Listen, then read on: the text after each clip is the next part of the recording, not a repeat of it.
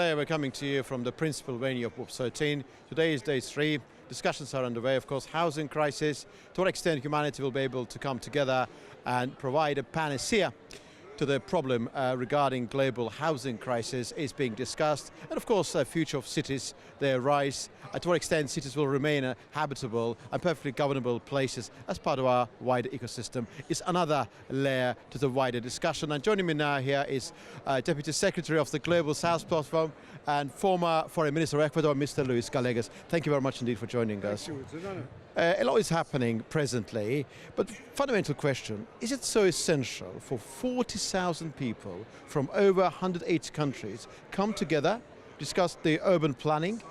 Is this congregation scale completely necessitated by the reason? Well, this is an initiative that has 40 or 50 years in the making, which is fundamentally a roadmap of urbanization of the world as the world left from the rural areas to become cities, and how to manage the livelihood of peoples in cities. The problem we have is that by the year 2050, 75% of the population of the world will live in urban dwellings.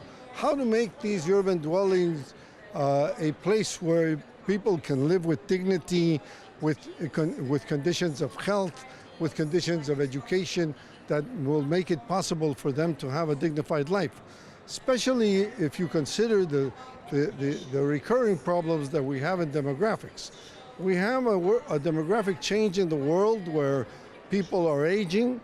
We are 1 billion people aging, and we will be 2 billion people by the year 2050. That means that you will have a shift in the world population, which means that cities have to consider what they are going to do with the elder population, with 1.5 billion people who have disabilities, and what will happen when the fertility rate falls to such a level that you do not have a substitution, where you have to close your schools and you have to close your factories because of the lack of population. So I think these are the bigger challenges of the discussion that we are having at the present in this urban meeting, because countries have to design capabilities for the future, not only in cities, but as nations, as regions. And what are the specific challenges related to Global South countries? Specifically, you've recently been appointed as Deputy Secretary General of Global South NGO Platform. What are those challenges and what is a solution there? I think that there are enormous challenges because of the enormous gap in the economics. Half the world's population live in countries that pay more in interests on foreign loans than on education, health, and infrastructure. So you have a poverty gap that does not permit them to construct the dignified cities or sidewalks of the world, if you would put it more dramatically. What we have to confront is the need to have a society that will give health, education, capabilities of work to the major part of the population. The South has an enormous dilemma.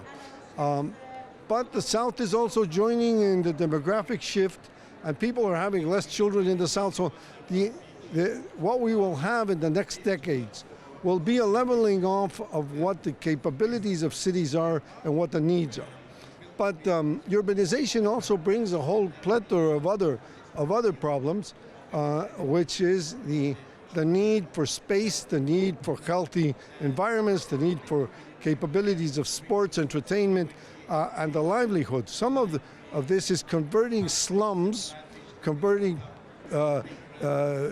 situations in cities that are not livable into adequate spaces where people can live with dignity.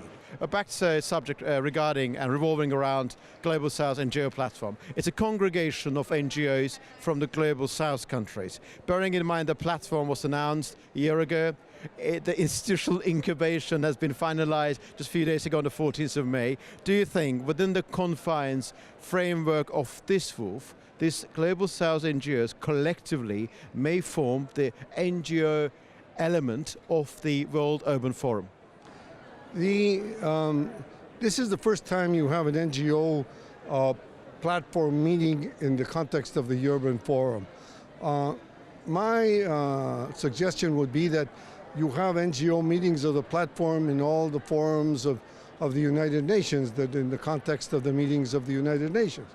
What you're talking about is the participation of civil society in the decision-making of countries, cities, and local authorities, because they represent the basis of the structure of the needs of the population.